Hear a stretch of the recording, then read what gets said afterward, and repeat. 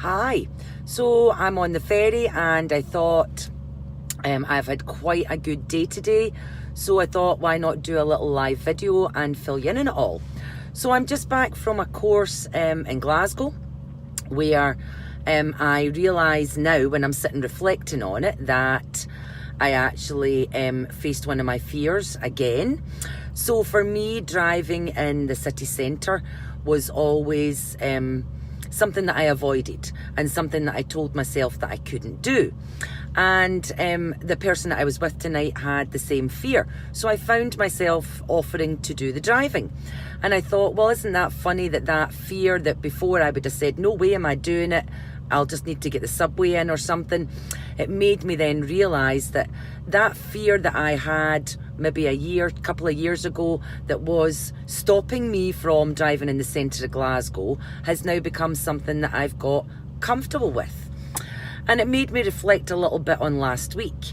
And last week I was invited into my local high school to speak at a couple of assemblies. And they'd given me a bit of prior notice and they told me that I was going in on the Thursday and that I had this spot and it was featuring something to do with bullying, as they were speaking about anti-bullying. So I had found that the morning on the Thursday morning I'd got a little bit nervous and I'd started to overthink and worry about what would people think when I spoke, bearing in mind that in my previous job I did public speaking on a day-to-day basis. But there you go, about 3 years had passed since I'd spoken to a large audience and I found there was a little bit of nerves there. But I managed to kind of talk myself round and kind of give myself a bit of a kind of, come on, you can do this. So therefore, I just went ahead and did it. Now, I couldn't have told you on Thursday what I actually said at the assembly because I just got into flow and started. Then when I tipped up the school on the Friday, they then said to me that, well, here you go, there's another 2 assemblies to be done.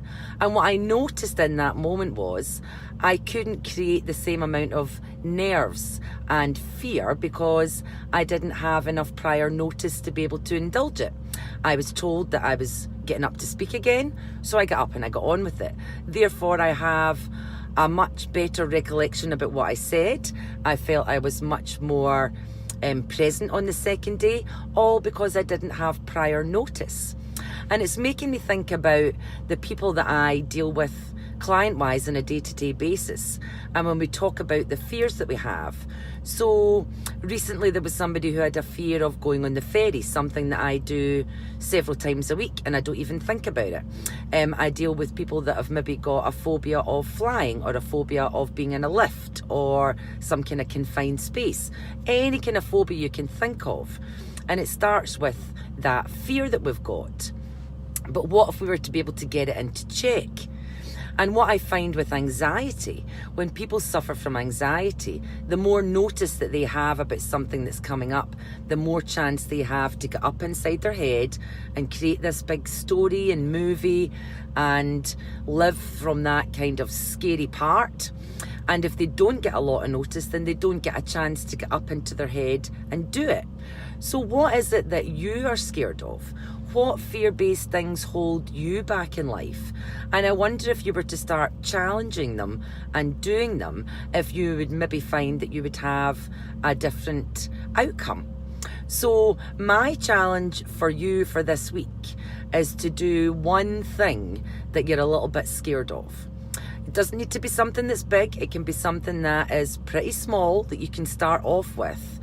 And maybe even if you comment on the post and tell me what it is that you are scared of at the moment, something that you think when you think about it, you maybe get little butterflies in your stomach, or you find that your chest gets a little bit tight, or you get kind of sweaty palms.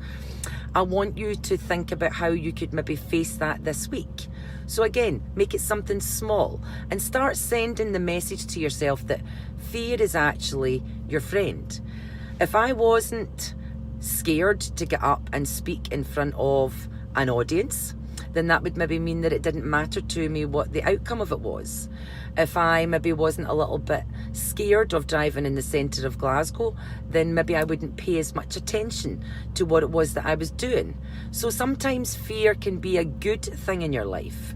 So that's my thoughts for today. I'll be very interested if you will tell me what it is that your actual fear is and what it is that it's holding you back from, and then maybe come back and report to me in about a week's time and let me know what you've actually done about it. So I'm hoping this will make you think about it slightly differently, because I very much reflect on things, and that's just my thoughts from today. So thank you, and that's why I decided that I would go live, because that's another thing that we can be a little bit fearful from. Because what if I say the wrong thing? What if somebody appears at the side of my screen? Well, what if they do? What if I do say something wrong? What's the big deal? It's just a conversation that I'm having with you guys. So thanks for listening. Hope you're having a good night, and give it some thought. Bye for now.